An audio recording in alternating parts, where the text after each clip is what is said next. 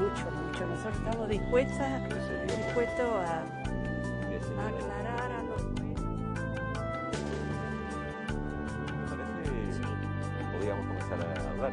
Claro, ¿Cómo son, sí. María Victoria, tus inicios literarios? ¿Cómo entras en el mundo de la literatura, de la poesía? Pues siempre me había gustado leer, pero realmente poco, porque cuando empecé a escribir tenía 19 años.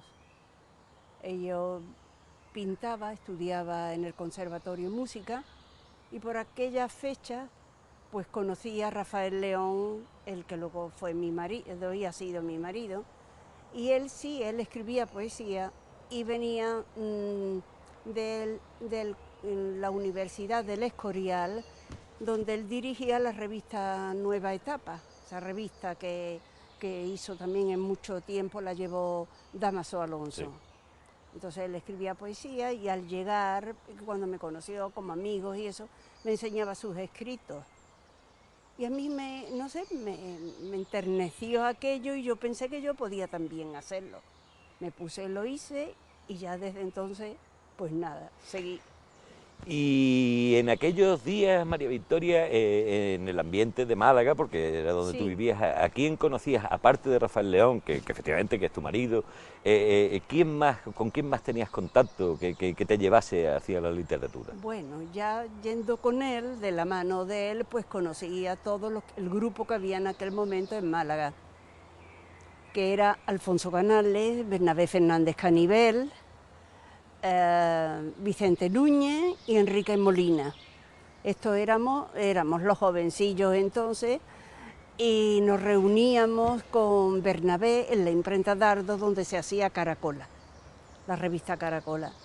Y allí pues donde seguí ya escribiendo, seguí ese contacto con ellos y aprendí muchísimo de ellos, que eran inmensamente todos superiores, en edad, aunque no fueran muchos años entonces, pero sí lo suficiente para tener un magisterio con respecto a mí, claro, estupendo. Y por esa época también venían los de Cántico, me refiero a Pablo García Baena, Juan Bernier, María Victoria, ¿o eso Sí, fue...? Sí, venían. Ahora, no te he dicho que a través de Bernabé y a través de Alfonso, fue mi entrada en la poesía, fue José Antonio Muñoz Rojas. Claro. Porque Alfonso lo adoraba y él le encantaba cuando nos reuníamos leer cosas de José Antonio. Y yo creo que el motor fuerte fue en ese momento José Antonio. Claro, José Antonio era ya un gran poeta. Claro, ya era un poeta y continúa, maravilloso. afortunadamente, siéndolo. Sí. Bueno, el caso es que tú te incorporas a la poesía, digamos, empiezas a escribir poesía y te sientes cómoda. Sí, muy bien. Tu entonces novio y tu marido te ayudaba. Sí, él le parecía muy bien que yo escribiera y era un tema espléndido para los dos en aquel momento, de conversación, de estudio, muy bonito, sí. Entonces, recuerdo que el primer poema que yo escribí era un soneto y se lo di a Bernabé Fernández Canivel a la salida de un concierto en el María Cristina, en el Conservatorio de Música María Cristina. Se lo di y él le gustó y me lo publicó, se publicó en Caracola. Y ya de ahí seguí escribiendo, ya pensé que si me habían publicado un soneto y en Caracola yo podía seguir ya escribir adelante. Claro, estamos hablando de ¿qué año, María Victoria? Pues eso puede ser que me equivoque, pero puede ser 54. 54. Sí. En el 61 aparece tu primer libro. Sí. Que me imagino que aparte de tener una gestación, tiene un proceso de depuración también, porque conociendo tu poesía, no creo que tú dejes al azar casi nada para ser publicado, ¿no? No, sí. Y en ese tiempo que es cuando conoces ya, antes hablábamos de los poetas de Cántico, de Pablo García Baena, de Juan Bernier, que creo que venían. Sí, ellos venían los veranos a Málaga. Claro. Como Bernabé le tenía un gran cariño porque veía la categoría que tenía, pues nos reuníamos con ellos en casa de Bernabé o en casa de Alfonso, donde fuera, pero siempre había una gran unión y aprendíamos, sobre todo los más jóvenes, aprendíamos de ellos. Claro, porque esa, perdóname, es la época también de la revista Caracola, evidentemente. Claro, es la época de Caracola. Cuando Vicente, Rafael Rafael, ¿quién era el otro? Alfonso... No, Alfonso llevaba la parte... Vicente Rafael, Enrique Molina Campo. Enrique Molina Campo y Vicente Núñez, claro, eran los tres que ayudaban a Bernabé a llevar el cuerpo de la revista en aquel momento, sí. Y Alfonso hacía El Poeta Antiguo, esa página que lo hacía fantásticamente de Caracola, y Bernabé estaba con los jovencillos que le ayudaban en la imprenta Dardo. Claro, lo que pasa es que para vosotros en aquellos momentos, Caracola, que es un fenómeno explicable, pero un fenómeno de difícil concepción en la literatura española de entonces, vosotros estabais conviviendo con textos de Luis Cernuda, que debía de ser a la única revista española que enviaba sus textos. Sí, es verdad. Masao. Sí. Nosotros tuvimos, desde luego, una suerte tremenda, teniendo Caracola a nuestra disposición por lo que nos enseñaba y sobre todo porque Bernabé tenía una conexión extraordinaria con todos los poetas que se habían exiliado, los que estaban fuera de España. Y como eran verdaderamente muy amigos de Bernabé, pues Bernabé le pedía sus colaboraciones y ellos nos las mandaban. Claro. En aquella época pues se publicaba Juan Ramón Jiménez, en Caracola, Cernuda, Aleixandre, lo mejor que había. Yo creo que era lo mejor que había en la literatura hispana en aquel momento. Impensable en otra revista. Impensable en otra. Es la coincidencia de Bernabé. Claro. Con... Claro. Quizás pudiéramos, María Victoria, entonces hablar de que tus influencias iniciales en tu obra son esas personas que están colaborando en Caracola gracias a la labor de Bernabé y gracias al grupo que se aglutina en torno a Caracola. Claro que sí, esas fueron verdaderamente mis influencias. Ten en cuenta que entonces conocía muy poco, había leído, pero muy poco, con 19 años en esa época se había leído muy poco. Claro. Y en eso es lo que yo achaco muchas veces y siempre cuento, que cuando terminé Cañada de los Ingleses, tuve un parón de 15 años. Y es que, claro, había avanzado de una manera tremenda, pero de pronto leía Rilke, leía Shakespeare, leía Dante, y me quedé completamente sin poder moverme, sin poder mover la pluma en ese momento, porque, claro, era muy fuerte. Entonces necesité años para luego volver a años de estudio, de preparación que no tenía también. Claro, pero es que además en esa época tener contacto con los textos de Cernuda que está en el exilio, bueno, está en el salvo Vicente Aleixandre y Damaso Alonso, y Bernabé Fernández Canivel, todo el mundo está en el exilio. Sí. Pero tener contacto con lo mejor de la literatura y poco acceso a los libros de estos señores, de estos escritores que hemos citado. Porque... Nosotros teníamos la biblioteca de Bernabé. Claro. Y Bernabé era el que prácticamente nos fue formando y enseñando. Naturalmente, eso fue un privilegio. Un privilegio, sí, fue un momento que no hubo otro momento igual en España. No, la ha habido, no. Claro que sí. Bueno, el caso es que tú publicas tu primer libro, Arte y Parte, en el 61. Sí. Bien. El libro, es cierto que tus primeras ediciones son extraordinariamente cuidadas, que por otra parte es una tradición malagueña, muy pocos ejemplares, cuidadísimos tipográficamente y con una difusión pues escasa, porque primero porque la poesía no se difunde nunca demasiado, ni mucho, pero también porque la edición es muy corta. ¿Qué acogida tiene ese libro? Tiene una acogida preciosa, porque precisamente como eran muy pocos ejemplares y teníamos esos amigos extraordinarios, pues los libros iban, pues uno a Vicente, a Aleixandre, el otro a Damas, otro a... y se quedaba entre los amigos nada más. Claro. Nada más que así era. Ellos te escriben, lógicamente te contestan el envío que tú le haces de tu libro y son palabras elogiosas que te animan Me animan muchísimo, sobre todo cuando veía de quién era. Naturalmente, porque tú en el 61 publicas Arte y Parte y Cañada de los Ingleses. Cañada de los Ingleses, sí. Y dime una cosa, María Victoria, ¿cómo se te ocurre ese título tan hermoso, Cañada de los Ingleses, que se conoce? No Cañada de los Ingleses, porque es el cementerio inglés de Málaga, está en un sitio que es la Cañada de los Ingleses.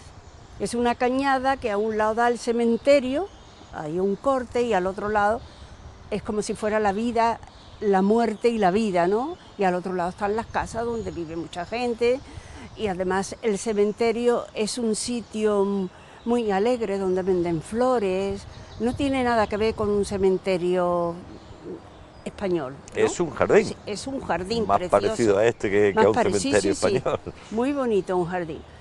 Y entonces pues le puse ese nombre, porque los poemas yo pensé que iban muy bien allí, porque son 3 poemas de vida y 3 poemas de muerte. Es un niño vivo, un niño cuando muere, una madre joven en la vida y una madre joven muerta, y una chica, una adolescente también, viva y luego muerta, partida por el río ese de la cañada que partía la vida en 2. Sí. Claro. Entonces, María Victoria, tú ya tienes tus 2 primeros, en 1961 seguimos, sí. Tienes tus 2 primeros libros publicados, sí. Y en aquella España ser mujer y ser escritora era doblemente complicado. Pero, ¿qué otras mujeres recuerdas tú que escribieran en aquella época? O si tuviste contacto con ellas, ¿cómo os acogía la crítica, el mundo de la poesía? Pues no, mira, no, porque era una manera de...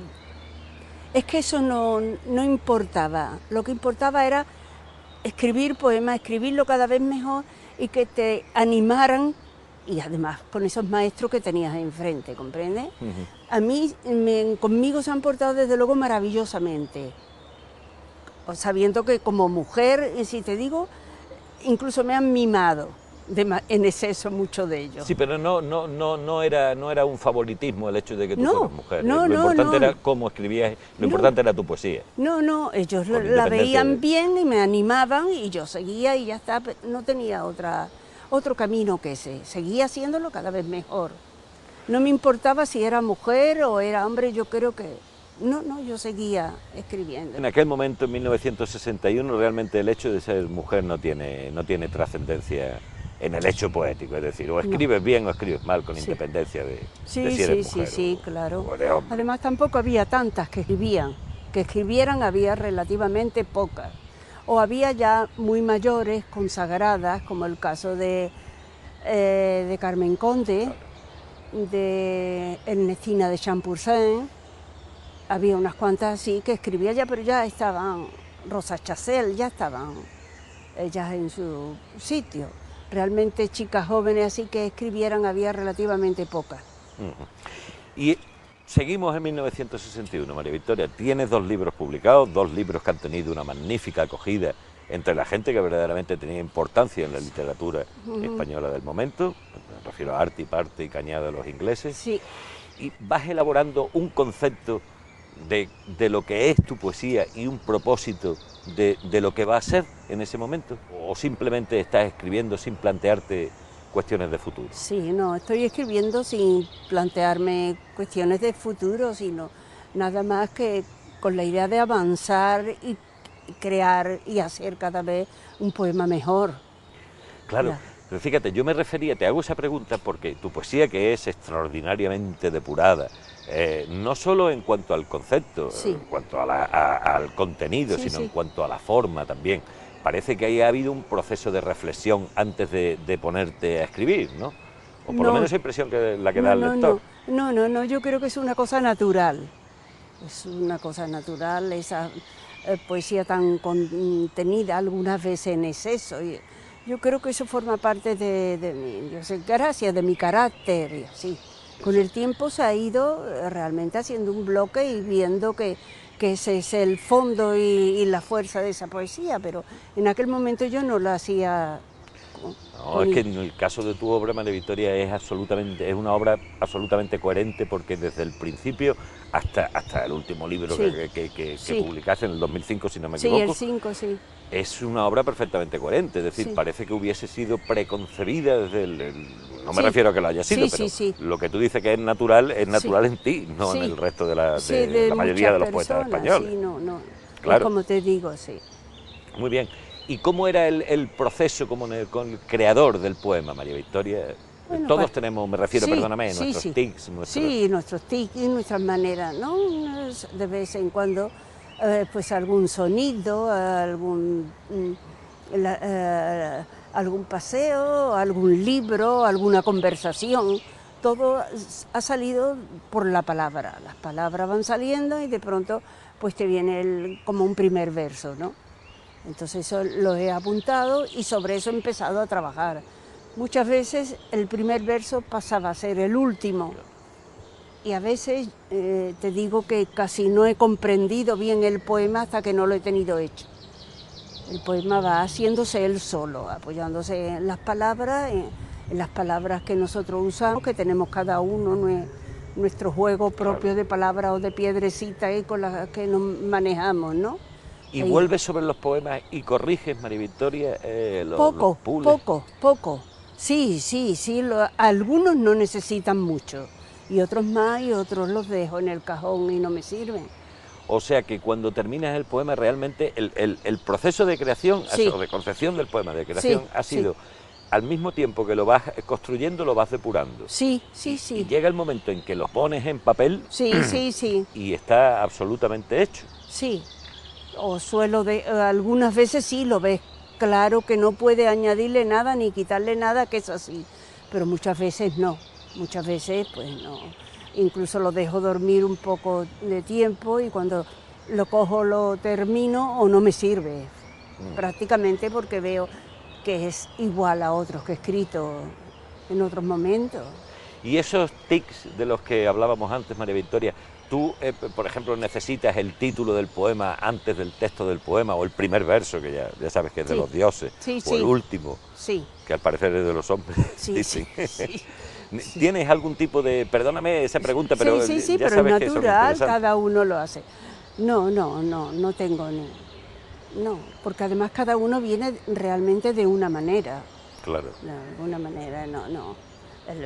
El poema viene y tú tienes que ayudarle, pero también tienes que dejarlo que él se mueva a gusto dentro de lo que está creando, porque se está creando él. Por tus palabras, pero se está creando en él. Como después tampoco puedes hacerte tú dueña de ese poema, porque el poema en ese momento es de esa forma, pero tú lo lees 10 días después y es otro. Y si tú lo llevas y lo lees en otro sitio y le preguntas a los que te han oído, te hablan de otro poema distinto. Es una cosa tan misteriosa, tan especial, que por mucho que la quieras explicar, no das exactamente en el clavo, porque si diera, entonces sería muy fácil hacer el poema. Claro. No, ellos vienen, bueno, como vienen. A veces vienen machacando también. ¿Te parece que continuemos paseando? Sí, claro.